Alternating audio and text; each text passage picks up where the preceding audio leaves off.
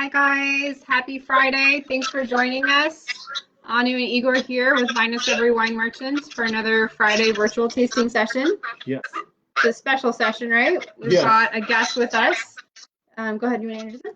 Yes, very exciting. We have Scott Kirkpatrick of Mountaintides Winery, and we're going to discuss his Petite Sirah. Let me show you the picture of that. Here, I don't know if you guys can see in the pictures. It's like he's looking down from the mountain into the tides.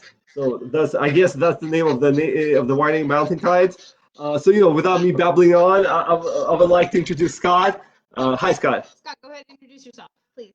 Hi there. Yeah, my name is Scott Kirkpatrick, the owner and winemaker for Mountaintides Wine Company based in Napa, California.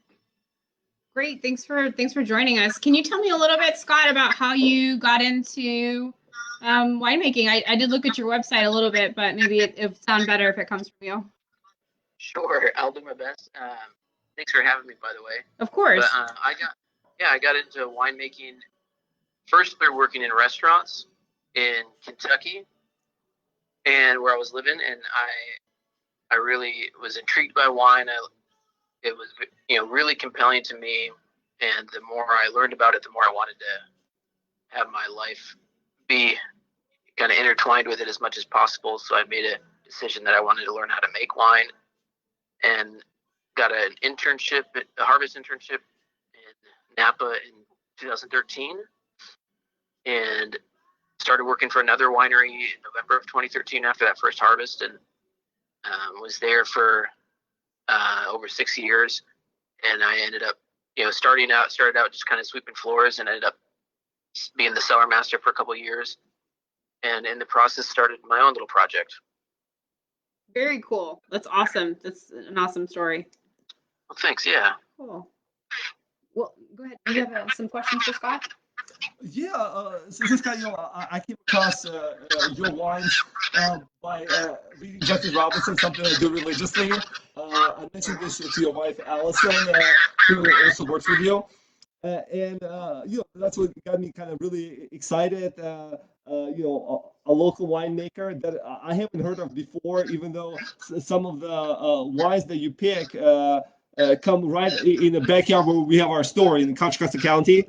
The wine that we discussed today, that's kind of your entry-level wine, the California blend of Petite Sirah. Can you kind of give a little backstory behind that? I guess backstory maybe how you got into Petite Sirah and then this particular wine. Yeah. So we started in 2016 was our first vintage, and we just had one wine that year.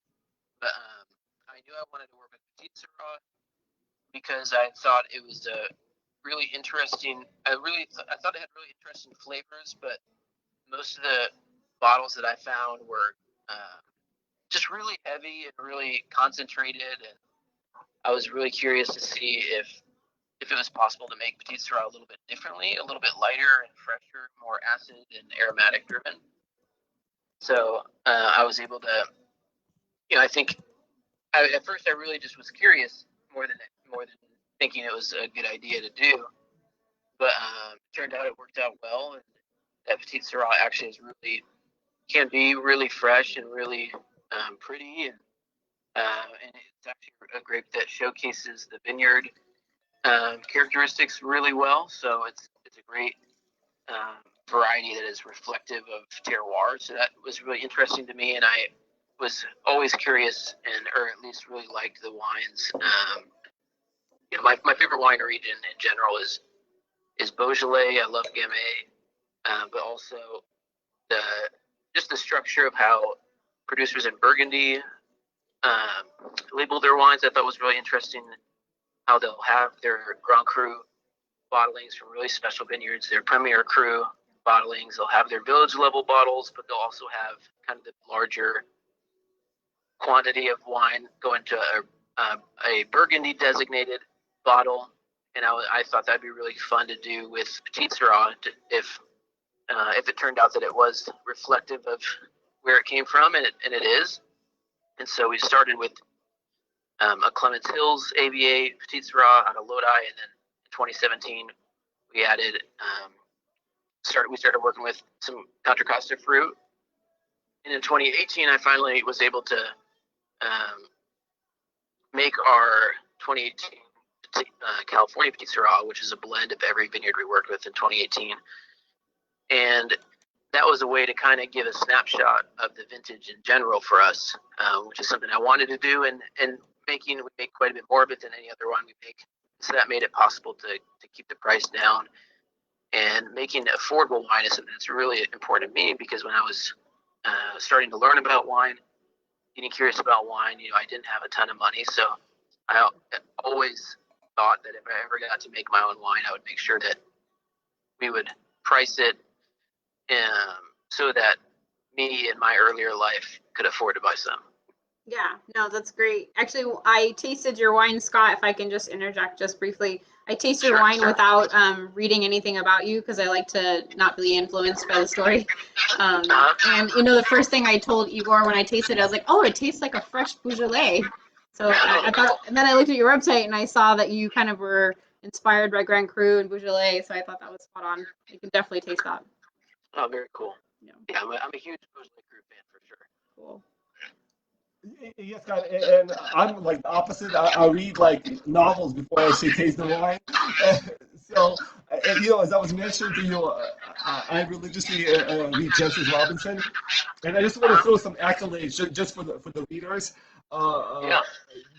Jancis Robinson herself has rated 4 Petite Sirah based wines that scored over 17 points.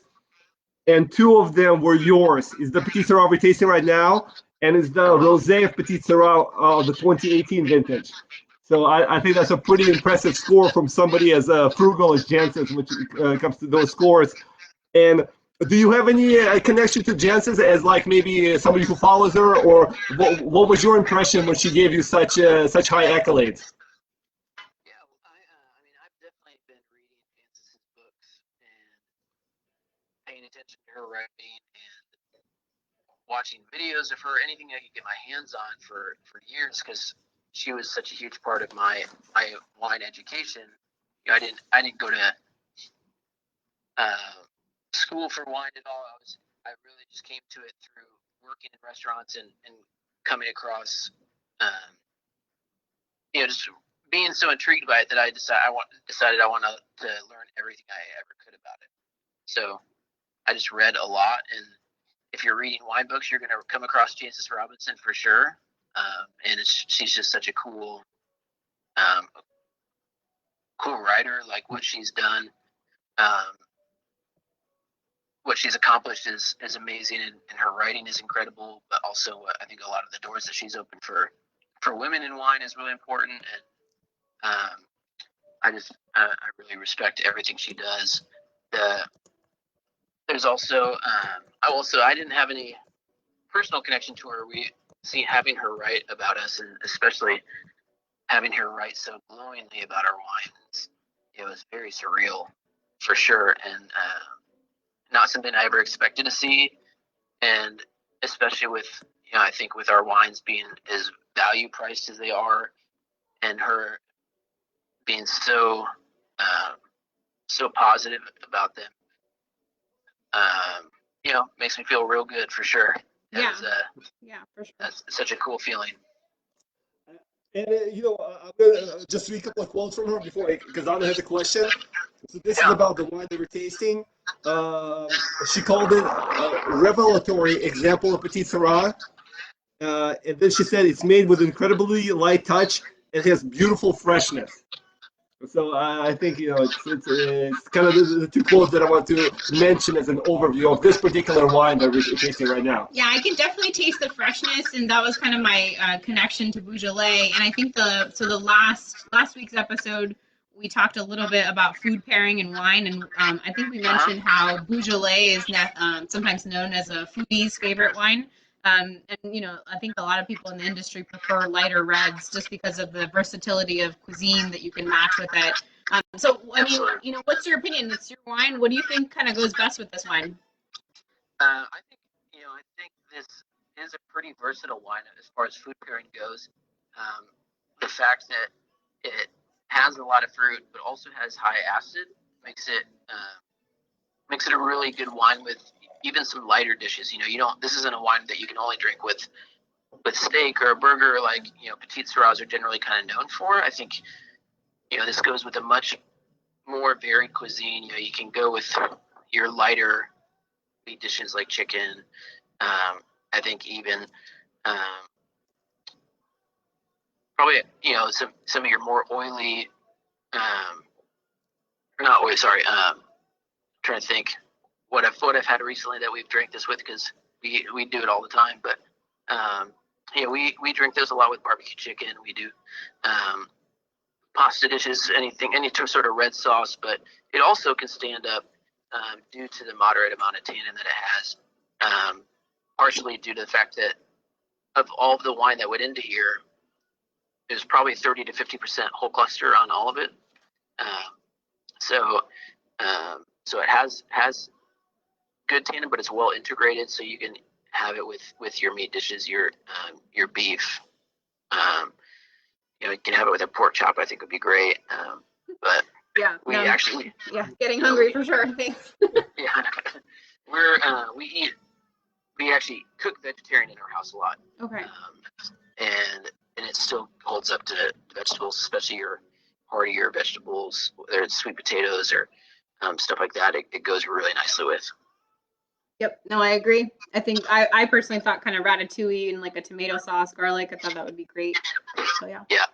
Cool. Certainly. All right. Well, I don't have any more questions for Scott. Did you have some more? No more questions. But I did want to give Scott an opportunity. Scott, if you could maybe talk a little bit about where people could find more information about you. I guess your website. I don't know if you guys do any type of clubs, or if you guys are offering any discounts right now to anybody. I don't know. I know at one point you were offering it to healthcare workers. I don't know if that's still on. So if you could kind of promote yourself, please go ahead. Yeah, if you want to learn more about mountaintides, definitely our website is a great place to start. www.mountaintideswine.com. We have a lot of information on there. Allison, my wife, who I do this project with, and she's the one who designs all the labels, and she built the website and very makes everything cool. look good. Yeah. So she's put together. There's a press page on there where you can kind of see a few more things about us, but also our Instagram, is just mountaintides with no spaces or anything, and that's we post pretty often on there our adventures, and my wife's a photographer and always has cool photos up on there, and sometimes she lets me put photos on there, but that's very generous of her. Her photography is great, so that's awesome. Yeah, she's super talented, and I'm very lucky to get to work with her, let alone be married to her. So oh, so sweet. But yeah, those are the best spots probably to find out more about us. And yeah, we don't have a tasting room. Not that you could generally go to one right now anyway, but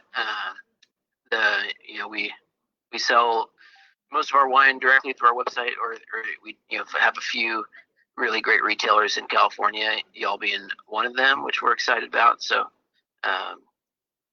keep an eye out for the wine if you happen to see it around. Yep. No, for sure. If our tasting room was open, we'd be featuring you, but it's not. So, but we definitely have your wine in stock, and we're really excited to work with you. Well, we really appreciate the support, and we're happy to partner up with y'all. Thank you. Well, it was a pleasure to meet you, Scott. I really appreciate you joining our Facebook Live today. I think it was a lot of fun.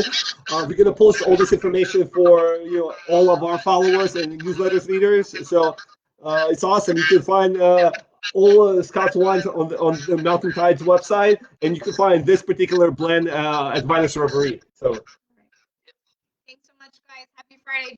Join us next week. Take care. Bye. Thank you.